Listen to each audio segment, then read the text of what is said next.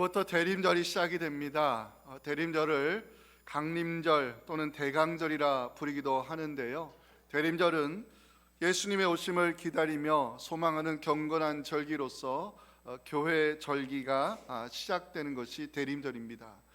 대림절이 두 가지로 말할 수 있는데요. 하나는 구원자로 이 땅에 오시는 예수님의 성탄을 기다리는 절기이기도 하고요. 또 하나는 종말의 때 다시 오실 재림의 주님을 맞이할 성도들이 준비하는 기간이 또 대림절의 의미라고 말할 수 있습니다.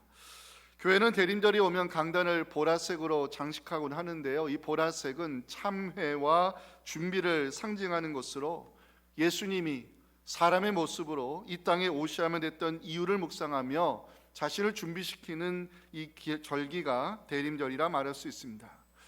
대림절은 말 그대로 기다리는 절기입니다. 대림절 4주 동안 교회에서는 강단에서 촛불을 하나씩 켜기도 하는데 생명의 빛으로 오시는 주님을 기다리는 소망을 나타내기 위함입니다. 구약에서 메시아의 오심을 예언한 대표적인 선지자가 있습니다. 이사야입니다. 성경학자들은 이사야서가 메시아의 오심에 대한 예언의 책이라 말할 정도로 예수님 자신도 이사야의 예언이 나를 통해 성취되었다고 말씀하신 적이 있습니다. 이사야에 기록된 메시아에 대한 말씀을 찾아보니까요, 이사야 42장 1절부터 4절을 예로 들 수 있는데, 이사야는 하나님 보내신 그리스도가 종의 모습으로 오신다고 이 말씀을 기록해 놨습니다. 내가 붙드는 나의 종, 내 마음에 기뻐하는 자, 곧 내가 택한 사람을 보라. 내가 나의 영을 그에게 주었은즉 그가 이방에 정의를 베풀리라. 그는 외치지 아니하며 목소리를 높이지 아니하며 그 소리를 거리에 들리게 하지 아니하며 상한 갈대를 걷지 아니하며 꺼증하는 등불을 끄지 아니하고 진실로 정의를 시행할 것이며 그는 쇠하지 아니하며 낙담하지 아니하고 세상에 정의를 세우기에 이르리니 섬들이 그 교훈을 앙망하리라. 아멘. 이사야 선지자는 하나님이 보내시는 그리스도는 고난받는 종으로 오신다는 사실을 이사야 53장에 기록해 놨는데요, 우리가 고난주간이 되면 십자가의 주님을 묵상하는 때 가장 많이 읽는 말씀이 이 말씀입니다. 우리의 구원을 위해 고난받는 종으로 오시는 그리스도를 이 말씀으로 함께 고백하기 원합니다. 같이 읽겠습니다. 그는 멸시를 받아 사람들에게 버림받았으며 간구를 많이 겪었으며 질고를 아는 자라. 마치 사람들이 그에게서 얼굴을 가리는 것 같이 멸시를 당하였고 우리도 그를 귀히 여기지 아니하였도다. 그는 실로 우리의 질고를 지고 우리의 슬픔을 당하였거늘 우리는 생각하기를 그는 징벌을 받아 하나님께 맞으며 고난을 당한다 하였노라. 아멘. 우리의 구원을 위해 고난받는 종으로 오시는 예수님을 기다리는 이 대림절 기간에 교회는 참회와 또 준비를 상징하는 보라색으로 강단을 장식하고 생명의 빛으로 오시는 주님을 맞이하기 위해서 대림절 주일마다 촛불을 하나씩 켜는 이유가 여기에 있습니다. 오늘 함께 살펴볼 본문은요, 이사야서 후반부가 시작되는 곳인데 이사야 전반부인 1장부터 39장까지를 보면 유다 백성을 향한 심판과 관련된 무거운 말씀이 선포되고 있고요, 이사야서 후반부 40장부터 66장까지의 주제는 회복이라 말할 수 있습니다. 중요한 것은 회복을 주제로 하는 이사야서 후반부에 고난받는 종으로 오시는 메시아에 대한 예언이 집중적으로 나타나고 있다는 것입니다. 하나님께서 이루시는 회복의 역사, 사람의 힘으로 되는 것이 아니라 하나님이 보내시는 고난받는 종을 통해서 이 땅에 이루어지는 하나님 나라의 역사가 바로 회복임을 이사야서 후반부가 그 주제를 선포하고 있습니다. 이사야서 후반부의 주제가 회복이라고 말씀을 드렸는데요, 오늘 본문 1절은 내 백성을 위로하라는 하나님의 말씀으로 시작하고 있습니다. 1절을 함께 읽겠습니다. 시작. 너의 하나님이 이르시되 너희는 위로하라 내 백성을 위로하라. 여기 말하는 내 백성은요, 바빌론 침략으로 이방 땅에 포로로 끌려간 유다 자손을 말합니다. 하나님께서 내 백성을 위로하라 말씀하시는 이유가 있습니다. 2절 때문입니다. 그 노역의 때가 끝났고 그 죄악이 사함을 받았기 때문입니다. 유다 백성을 향한 하나님의 징계가 끝이 났으니 이제 회복의 시대가 임하였음을 이사야 선지자는 위로의 말씀으로 선포하고 있습니다. 이사야는 하나님께서 이스라엘 백성을 위해 출애굽시키시고 광야를 거쳐 약속의 땅으로 인도하셨듯이 이제 때가 되어 하나님께서 유다 자손을 바벨론 시키시고 광야를 거쳐 예루살렘으로 다시 귀환시킬 것을 선포하면서 하나님이 택하신 백성을 이끌고 오시는 그 길을 예비하라고, 하나님이 오시는 그 대로를 평탄하게 하라고 4절에 3절에서 외치고 있습니다. 너는 광야에서 여호와의 길을 예비하라, 사막에서 우리 하나님의 대로를 평탄하게 하라. 자, 그러면 메시아의 오심을 기다리며 소망하는 우리들, 어떻게 주님의 오심을 맞이하고 준비해야 될까요? 그 말씀이 4절에 기록이 되어 있습니다. 이 말씀을 같이 읽겠습니다. 시작. 골짜기마다 도두어지며 산마다 언덕마다 낮아지며 고르지 아니한 곳이 평탄하게 되며 험한 곳이 평지가 될 것이요. 아멘. 대림절, 기다릴 때 이말림, 대림절은요 주님의 오심을 기다리며 소망하는 절기입니다. 예수님께서 이 땅에 오셔야 하는 이유가 무엇인지, 주님의 오심을 기다리는 나는 어떤 준비를 해야 되는지, 이미 오셨고 다시 오실 재림의 주님을 맞이하기 위해서 그동안 내가 붙잡아야 될 것이 무엇인지, 이 질문의 답을 오늘 본문의 말씀 속에 함께 찾으며 오늘 대림절 첫 번째 주일 너희의 하나님을 보라, 이 제목으로 말씀의 은혜를 나누겠습니다. 첫째, 같이 한번 읽어봅니다. 시작. 대림절은 하나님의 위로를 선포하는 절기입니다. 자, 오늘 본문은요 회복을 주제로 하는 이사야서 후반부 말씀의 시작인데 1절을 보니까 위로하라, 내 백성을 위로하라, 이 말씀이 등장하고 있습니다. 이 말씀이 얼마나 중요한 의미를 담고 있느냐, 이걸 이해하려면요, 자 1절에 나오는 내 백성, 이 단어를 주목하신다. 내 백성. 자, 제가 뭐라고 그랬죠? 이사야 전반부는 남유다 백성을 향한 심판의 말씀이 주를 이루고 있기 때문에 분위기는 대단히 어둡고 무겁습니다. 이사야서 전반부를 살펴보니까요, 하나님이 유다 백성을 뭐라고 부르는지 아세요? 이 백성이라 부르는 구절이 많이 등장합니다. 예를 들어 이사야 29장 13절입니다. 하나님 말씀합니다. 이 백성이 입으로는 나를 가까이 하며 입술로는 나를 공경하나 그들의 마음은 내게서 멀리 떠났다. 하나님 유다 자손을 가리켜 이 백성이라 부름은 하나님과 멀어져 있기 때문입니다. 이사야서 전반부에 자주 등장하는 이 백성이라는 호칭은 하나님이 유다 사람들과 거리감을 두는 것을 강하게 느낄 수 있습니다. 그런데 오늘 본문 1절에 하나님 유다 자손을 뭐라고 부르고 있습니까? 내 백성이라 부르면서 내 백성을 위로하라 말씀하고 있습니다. 내 백성이라는 호칭의 변화는요, 하나님이 택하신 백성을 버리지 아니하셨다는 증거로 해석할 수 있습니다. 하나님이 유다 자손을 가리켜서 내 백성이라 부르면 이제 징계의 시간이 끝나고 회복의 시대가 시작되었기 때문입니다. 그 증거가 2절입니다. 그 노역의 때가 끝났고 그 죄악이 사함을 받았느니라. 하나님은 이사야 선지자를 보내서 내 백성을 위로하라 말씀하시면서 너희들의 노역의 때가 끝났다고 선포했습니다. 이 노역이라는 단어가 전쟁에 패배해가지고 포로로 끌려가 하기 싫은 일을 억지로 할 때 쓰는 힘든 일을 말합니다. 하나님의 예레미야를 통해서 유다 자손들이 하나님의 징계를 받아 바벨론 왕을 70년 동안 섬길 것을 예언하게 하셨습니다. 예레미야 25장 11절입니다.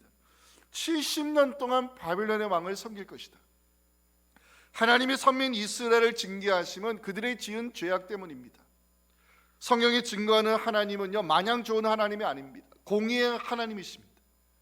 아무리 선민의 자손이라 할지라도 죄에 대한 심판은 반드시 행하시는 하나님이십니다. 유다 백성이 바벨론의 포로로 끌려가면 그들이 지은 죄악 때문이고요, 이스라엘의 죄는 하나님의 보호를 해제시켰고 하나님의 영광을 떠나게 만들었으며 하나님의 임재가 떠난 예루살렘은 황폐화되고 유다 자손이 징계를 받는 것은 당연한 결과였습니다. 하지만 하나님 예레미야 선지자를 통해서 징계의 시간이 끝나면 회복의 은혜를 주시겠다고 약속했습니다. 그 약속의 말씀이 예레미야 29장 10절에 기록이 되어 있습니다. 같이 한번 읽어볼까요? 여호와께서 이와 같이 말씀하시니라. 나의 선한 말을 너희에게 성취하여 너를 이곳으로 돌아오게 하리라 약속했습니다. 아마도 하나님 그 70년의 시간을 기다리셨을 것입니다. 징계의 시간이 끝나면 유다 자손을 회복시켜 예루살렘으로 귀환시킨 날을 손꼽아 기다렸을 것입니다. 이제 하나님 유다 자손을 향해서 노예의 때가 끝났다고, 너희들의 죄악이 사함을 받았다고, 내 백성을 위로하라고 이사야 선지자를 보내어 회복의 메시지를 선포하게 하셨습니다. 저는 이전에 나오는 노역의 때가 끝났고, 이 말씀이 제 가슴에 와닿았습니다. 노역의 때가 끝났고, 저는 이 말씀을 묵상하며 깨달음을 얻었습니다.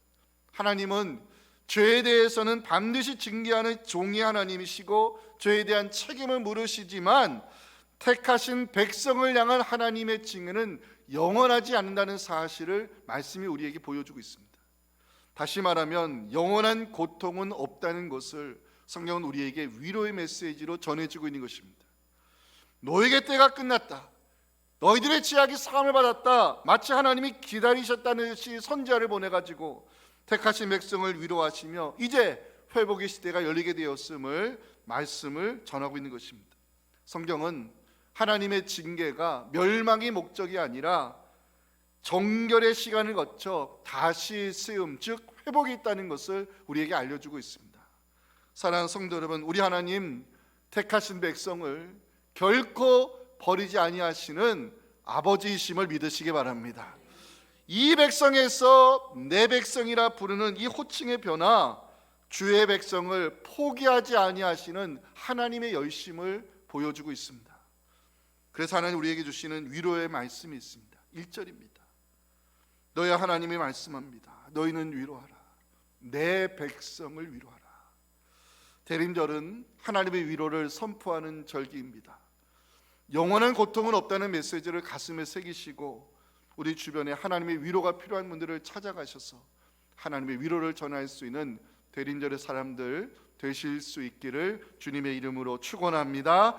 자, 두 번째 메시지 같이 한번 읽어볼까요? 시작. 대림절은 주님이 오시는 길을 예비하는 시간입니다. 자, 이제 3절 보십니다. 너는 광야에서 여호와의 길을 예비하라. 사막에서 우리 하나님의 대로를 평탄하게 하라. 이사야 선지자가 외치고 있는데요. 자, 이 말씀이 무엇을 의미할까? 자, 이미지를 떠올리면 됩니다. 어떤 이미지? 자, 하나님이 애굽에서 신음하던 이스라엘 백성을 긍휼히 여기시고 출애굽시키시어 광야를 거쳐 약속의 땅으로 안내하셨죠. 마찬가지로 유다 자손들 징계의 시간이 끝이 났을 때 하나님은 출 바벨론 시키시어 광야를 거쳐 예루살렘으로 돌아오게 하셨습니다. 이제 하나님이 택하신 백성을 이끌고 오시는 그 길을 위해서 여호와의 길을 예비하라, 하나님의 대로를 평탄하게 하라고 이사야 선지자가 외치고 있습니다. 저는 이것이 대림절을 맞이하는 우리에게 주시는 사명의 말씀으로 해석을 했는데요. 주님의 오심을 기다리는 대림절의 예배자들을 어떻게 준비해야 될까요? 저는 그 답을 4절에서 찾게 됐고요. 개인적으로 은혜 받은 말씀이 4절이었습니다. 자, 4절을 우리 다 같이 읽어보도록 하겠습니다. 시작. 골짜기마다 도두어지며 산마다 언덕마다 낮아지며 고르지 아니한 곳이 평탄하게 되며 험한 곳이 평지가. 자, 이 말씀 아까 띄워놔 주세요. 주님의 오심을 준비하는 성도들이 해야 할 작업이 하나 있어요. 뭐냐? 장애물들을 제거하는 거예요. 골짜기, 산, 언덕, 고르지 아니한 곳, 험한 곳은 다 우리가 제거해야 될 장애물을 가리키는 단어들인데요. 자, 구체적으로 한번 보겠습니다. 자, 첫 번째 골짜기입니다. 골짜기는 어떤 곳이죠? 깊이 패인 곳이 바로 골짜기입니다. 이걸 영적으로 해석해 보면 낮아진 자존감, 삶의 어려움으로 인해 생긴 열등감, 자신감의 상실로 볼 수 있습니다. 세상 살다 보면 실패할 때가 많죠. 사람들과 어울리다 보면 상처받을 때 있습니다. 자신의 처지를 남과 비교해 보면 참 낮아지는 자존감은 어쩔 수가 없습니다. 그래서 어찌 보면 이 깊이 패인 골짜기는요, 낮아진 자존감 그리고 열등감, 자신감의 상실로 해석할 수 있습니다. 성경은 우리에게 그 마음의 골짜기가 도두어지게 하라고 말씀하고 있습니다. 자신감을 회복하라는 것입니다. 열등감을 이겨내라는 것입니다. 잃어버린 자신감을 되찾으라고 성경은 말씀합니다. 그런데 중요한 것은 이런 작업이 우리의 노력과 의지로 되는 것이 아니라는 것입니다. 그래서 질문을 던져봤습니다. 어떻게 하면 내 마음에 સમ긴 이 상처의 골짜기가 도두어질 수 있을까? 말씀을 묵상하며 나는 사랑받는 주의 자녀라는 생각으로 자존감을 회복하라는 성령의 음성을 듣게 되었습니다. 하나님이 내 편이 되어주신다는 확신으로 열등감을 이겨내라는 것입니다. 나와 함께 하시는 하나님으로 인하여 인생의 자신감 회복할 수 있다는 것입니다. 나를 이해하시고요, 있는 모습 그대로 사랑하시는 주님, 언제나 내 편이 되어주시는 주님이 지금도 나와 함께 하시는 임마누엘 하나님이심을 여러분 믿으시면서 그 낮아진 자존감의 골짜기를 회복하는 우리 성도들 되시기를 간절히 소망합니다. 두 번째 보니까요, 산마다 언덕마다 낮아지게 하라고 말씀하고 있죠. 성경학자들은 이 산과 언덕을 높아진 마음, 교만으로 해석합니다. 우리가 신앙생활하면서 정말 조심해야 될 것들이 있는데 그 중에 정말 조심해야 될 것, 만 패키지 뭔지 아십니까? 자만, 오만, 교만, 이거 패키지 조심해야 됩니다. 그 중에 정말 조심해야 될 것이 교만이에요. 왜? 하나님은 교만한 자를 극히 싫어하시고요, 은혜의 영역에서 밀어내기 때문에 혹시 우리 안에 높아진 것들이 있다면 그거 낮추는 작업 해야 됩니다. 오늘 주님의 오심을 준비하는 대림절 기간에 제 뒤에 보시면 보라색 천이 보이시죠? 왜 강단을 보라색으로 장식하는지 아십니까? 보라색은 기독교에서 참회의 색깔입니다. 참회의 색깔. 나의 죄를 인정하고 나의 죄됨을 고백하며 주님의 은혜 없이는 나는 설 수 없다는 겸손의 자리로 돌아가는 시간이 대림절입니다. 그래서 여러분들 혹시 우리 안에 하나님 없이 할 수 있다는 자신감이 있으시면 그게 교만의 산입니다. 교만은 다른 게 아니에요. 하나님 없이 할 수 있다는 자신감의 시작이 교만이거든요. 하나님의 도움 없이 우리가 할 수 있는 일이 있을까? 없다는 것을 인정해야 됩니다. 어느 정도 높아진 교만의 산과 자만의 언덕이 있다면 우리는 그것을 성령의 삽으로 깎아서 철저히 낮아지고 겸손의 자리로 돌아가는 시간, 대림절입니다. 자, 세 번째 말씀, 고르지 아니한 곳, 고르지 않다. 히브리어로 찾아보니까 영적으로 타락한 상태를 가리키는 단어입니다. 예레미야 17장 9절에 이 단어가 나오더라고요. 만물보다 거짓되고 심히 부패한 것은 인간의 마음이라. 성경은 우리에게 거짓되고 부패한 마음을 버리라 말씀합니다. 왜? 거짓되고 부패한 마음으로 주님을 맞이할 수 없기 때문입니다. 대림절은 마음의 구유를 점검하는 시간입니다. 거짓되고 부패한 마음을 비우고 주님을 영광스러운 내 마음의 보좌로 모실 수 있는 대림절의 예비자 되시기 바랍니다. 마지막 험한 곳입니다. 이 험한 곳이 어떤 뜻인지 아세요? 산들이 모여있는 곳, 이런 뜻입니다. 여러분들, 산들이 모여 있으면요, 이거를 우리가 악산이라 부르잖아요. 서울 인근에 악산들이 좀 대표적인 것이 몇 개. 저도 한번 가봤다가 다시는 안 간다. 다시는 안 간다. 악자들은 내 다시는 안 간다. 왜냐하면 이게 산들이 모여 있다 보니까요, 한 산 넘어 끝나는 게 아니라 한 산 넘으면 또 산들이 있는 거예요. 그 사람들이 악산을 가기가 힘들어요. 그럼 이걸 영적으로 어떻게 해석하느냐? 성경학자들은 이 험한 곳을 마음의 고집이 세고 자기 주장이 강해서 사람들과 잘 어울리지 못하는 사람의 전용으로 봅니다. 자, 그러면 4절 마지막 보시면 우리는 어떤 사람이 되어야 되냐? 평지가 될 것이요. 평지는 어떤 땅? 비옥하여 농사가 잘 되는 땅, 사람들이 몰리는 땅입니다. 고집이 세고 자기 주장이 강한 사람 곁에는 사람들이 몰리지 않죠. 그런데 마음이 온유하고 겸손한 사람에게는 사람들이 가까이 가기를 좋아합니다. 대림절 기간 우리가 점검해야 될 것이 있습니다. 나는 마음이 온유하고 겸손한 예수의 사람으로 살고 있는지 돌아보라는 것입니다. 주님의 오심을 준비하는 대림절의 사람들, 무엇보다 낮아진 자존감 회복해야 됩니다. 열등감 이겨내야 됩니다. 잃어버린 자신감 되찾아야 됩니다. 오늘 시온 찬양에 불렀던 이 찬양의 가사, 임마누엘 하나님이 우리 편이시기 때문입니다. 거짓되고 부패한 마음을 비우고 내 마음의 구유에 주님을 모실 준비를 해야 됩니다. 예수님처럼 마음이 온유하고 겸손한 사람 되어서 대림절에 예배자로 살아가는 여러분들을 통해 주님의 이름이 높임 받으시기를 간절히 소망합니다. 자, 마지막 말씀, 자, 세 번째 메시지입니다. 시작. 대림절은 하나님의 말씀을 붙잡고 살기를 결단하는 절기입니다. 자, 6절 7절 볼까요? 7절 특별히 마지막 보시면 풀은 마르고 꽃이 시듬은 여호와의 기운이 그 위에 불미라, 이 말씀이 나와요. 하나님의 이사야 선지자에게 풀은 마르고 꽃은 시든다, 이 당연한 자연의 법칙을 유다 자손들이 가르치라 명하고 있어요. 풀을 찾아봤어요. 이게 1년 채소예요. 금방 시들어버리는 1년 채소.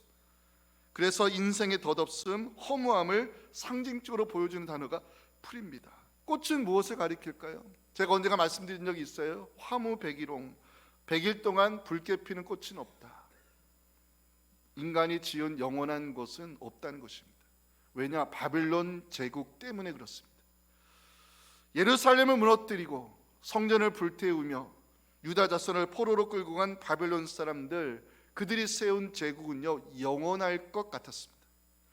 기록에 의하면 바벨론 도성은 마치 난공불락의 거대한 요새처럼 보였고, 그 성벽의 두께가 얼마나 두꺼운지 마차 6대가 그 위를 한 번에 지나갈 수 있을 정도였다고 합니다. 그런데 바벨론 제국이 역사 가운데 어떻게 됐죠? 하나님이 그 시대에 세운 지도자가 있잖아요. 고레스, 이 사람 우리가 기억해야 될 사람이에요. 고레스, 이 사람이 하나님의 일으킴을 받아서 군사를 이끌고 바벨론 성을 에워싼 적이 있어요. 그때 이 소식을 들은 바벨론 왕이 뭐라고 말하냐면, 우리 도성은 절대로 무너지지 않으니 예정된 축제를 진행하라, 이렇게 말했어요. 근데 그날 밤 어떤 일이 일어났습니까?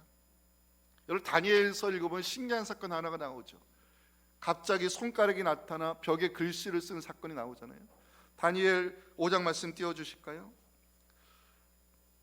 그 바벨론 왕이 우리 도성은 무너지지 않으니 축제를 진행하라, 그 말을 했던 그날 밤입니다.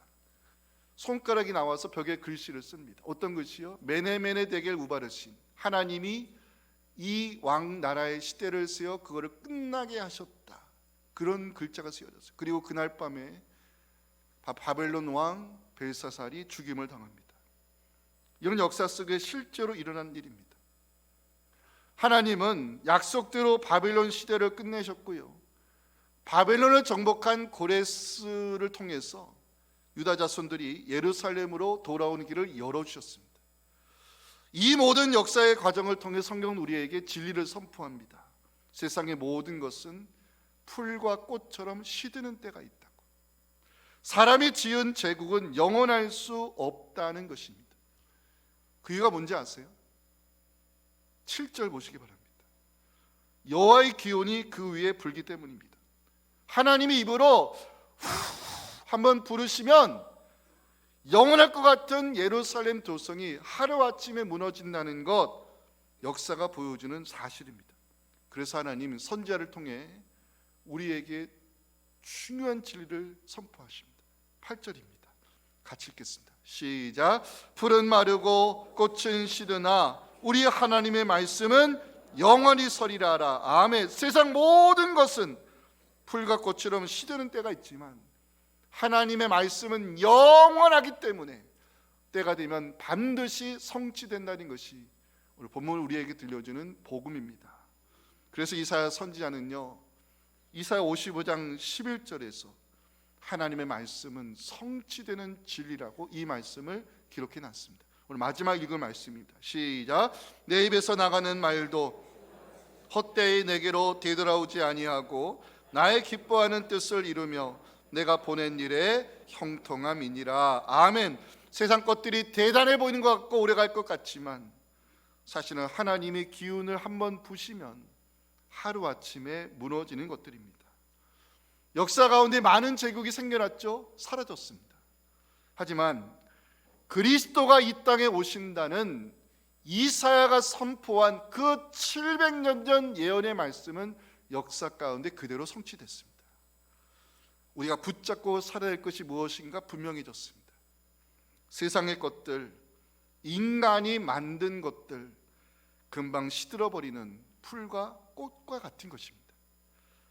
하나님의 말씀은 영원하다. 그 이유가 무엇일까를 곰곰이 생각해 봤습니다. 하나님의 말씀은 왜 영원할까? 말씀하시는 하나님이 영원부터 영원까지 존재하시기에, 그 영원이라는 뜻은 변함이 없다는 뜻입니다. 영원부터 영원까지 존재하시는 하나님이 변하지 않으시니 그 하나님이 약속하신 말씀은 때가 되어 반드시 이루어진다는 것이 바로 우리의 소망이요 기다림의 근거가 될 수 있습니다.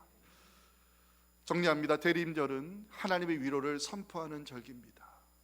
우리 주변에 하나님의 위로가 필요하신 분들 보이시면 찾아가 위로해 주시고 기도해 주시기 바랍니다. 대림절은 주님이 오시는 길을 예비하는 시간입니다. 혹시 내 마음에 상처가 있다면 주님의 손길로 치유받기를 위해 기도해 주시고, 혹시 내 안에 높아진 언덕과 산이 있다면 성령의 사부를 낮춰주셔서 낮아짐, 이 겸손의 자리로 돌아가는 시간 대림절입니다.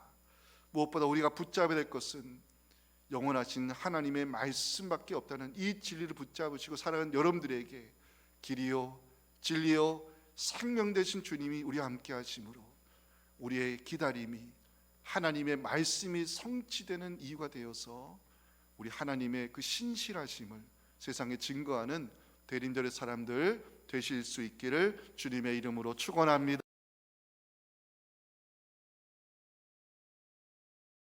지금은 우리의 유일한 구원이요 소망이 되고자 하늘 보좌를 버리고 이 땅에 오신 우리 구주 예수님의 은혜와 그 하나뿐인 아들을 십자가의 제물로 내어주신 아버지 하나님의 크신 사랑과 성령의 위로 함께 하심이 오늘 대림절 예배를 맞이하여 주의 종 들려주신 이 위로와 소망의 말씀을 내게 주신 복음으로 받고 그 말씀이 이루어진 것을 확신하며 대림절의 예배자로 위로자로 살기를 원하는 우리 사랑하는 성도님들의 이 간절한 기도와 그 마음의 소원과 우리 사랑하는 자녀들 섬기는 교회 위에 지금부터 영원토록 함께 하시기를 간절히 축원하옵나이다. 아멘.